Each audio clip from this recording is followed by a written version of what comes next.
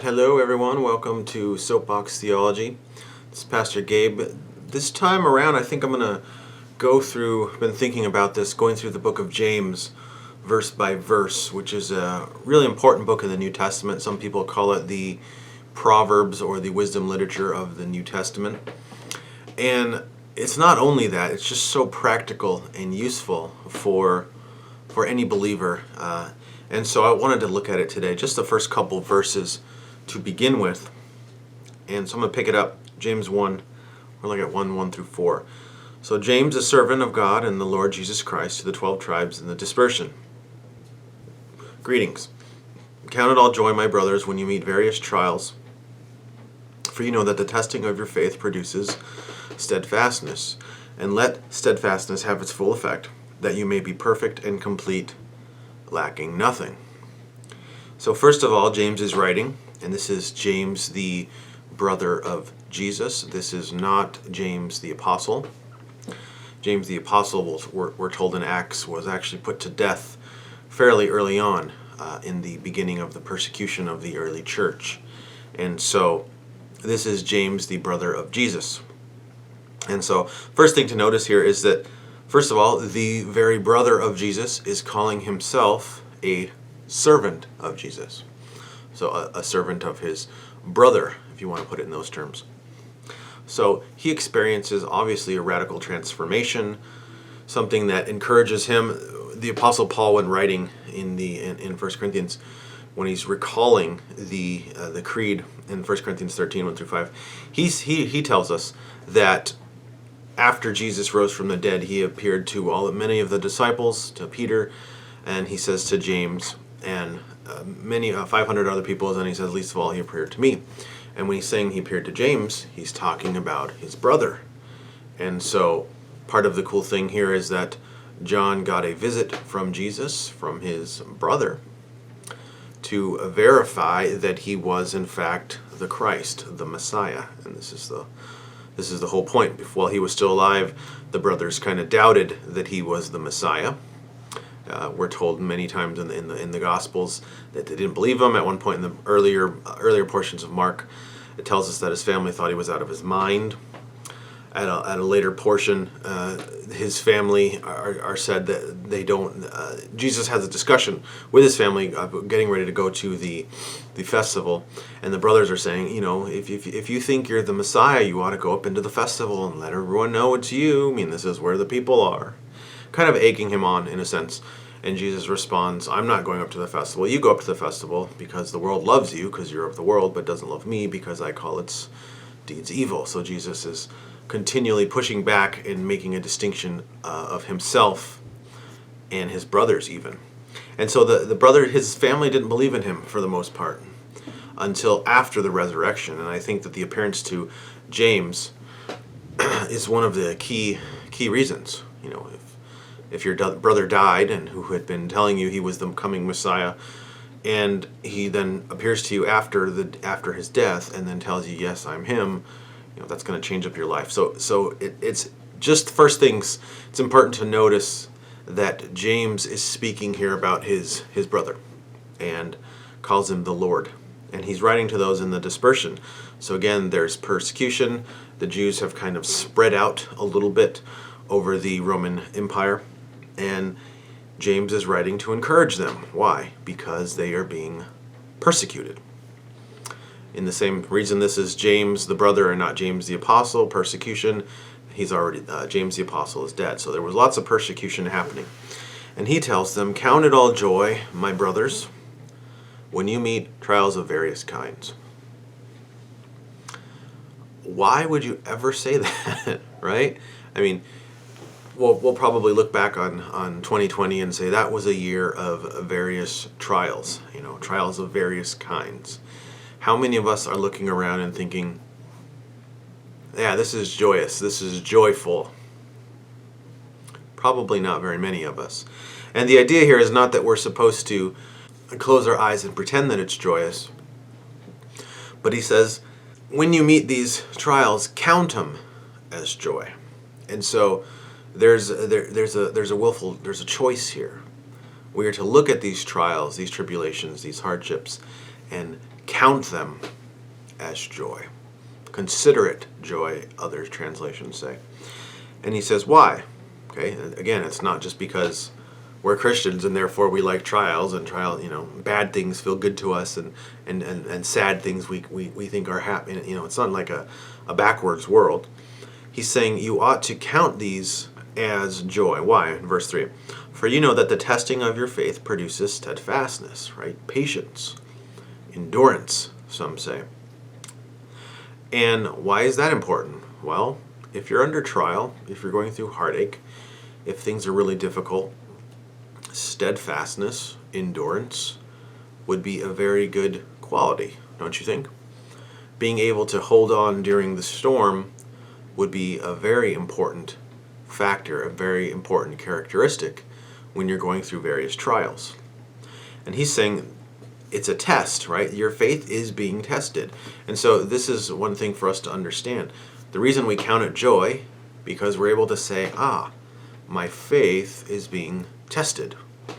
And there's a real sense in which the faith that you carry is being defined, or you're allowed to actually read what it is you're made of.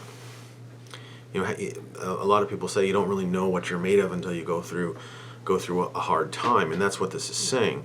You don't really know what you're made of. It's easy to say, I believe. It's easy to say, I will follow. We sing songs, I will follow. We sing songs about faithfulness.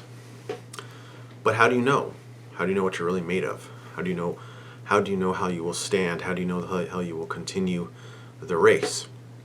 And that's what this is calling you to say. It's saying, when trials come up, recognize you're going to learn something about your faith. And part of the cool thing is you can choose to see it, to view it as a test. And therefore, because it is a test, because you're going to learn something, because in this test involves a performance typically, you can gain out of it. You can learn, you can grow, you can change. And that's where the joy comes from. It's not because the particular suffering or trial or circumstance is, again, happy, but it's because you can grow from it. You can become more like Christ, ultimately. Verse 4, and let steadfastness have its full effect, that you may be perfect and complete, lacking in nothing. In other words, when you're going through the test, you're going to be tempted to say, okay, that's enough. Okay, let's put this to an end. Okay, God, can you please, cut this out or disallow this? Please bring this to an end. And the truth is, this is what a lot of our prayers tends to be in hardship. It's not, God, what can I learn? How can I grow? What can I gain? Help me pass this test. It's usually, God, stop this now. God, end this. God, I can't take it. God, where are you? And when our viewpoint is calling on God to fix their circumstance, then we've now put a condition on we end up usually thinking, okay, so if I pray this and then God comes through, then I will have grown in faith because I prayed and he answered. And it's like, so now I can believe in the future that he will answer. But the fact of the matter is, I think more often than not, when we're going through pain and when we're going through suffering, it's another opportunity for us to learn and to grow. One of the reasons is we're told that we comfort other people with the comfort that we have been comforted when we're going through affliction. So as we go through hard times and we learn and we overcome, we are then better equipped to help others. Sometimes we are the people, or God will bring someone else into your life to help you through such a season and such a time like that. And so our prayer ought not to be, God, end this as quickly as possible. We're supposed to let the steadfastness, the endurance grow, right, the character form, to have its full effect. Why? That you may be complete, perfect, and lacking in nothing. And this is, I have to understand, it's a little bit of hyperbolic language here. It's not saying if you go through trial and you withstand the test, you will be holy, you will be perfect, you will be complete. It's you will be so much more better set up for the next time, because life is full of suffering. Life is full of pain. Life is full of pushback. And you want to be the kind of people that are prepared and that are equipped to move through such a season. The temptation of, frankly, the way the world lives is just circumstantially. If bad things are happening, then it's bad. If awful things are happening, then it's awful, right? If there's a pandemic in the land, then life is horrible. If all of these, in other words, depending on the temperature out there, that's how it is in here. And that's how I feel in my heart. And that's how much chaos and anxiety I have. And I'm allowing and building up inside versus living in such a way that having Christ in my life makes any difference at all.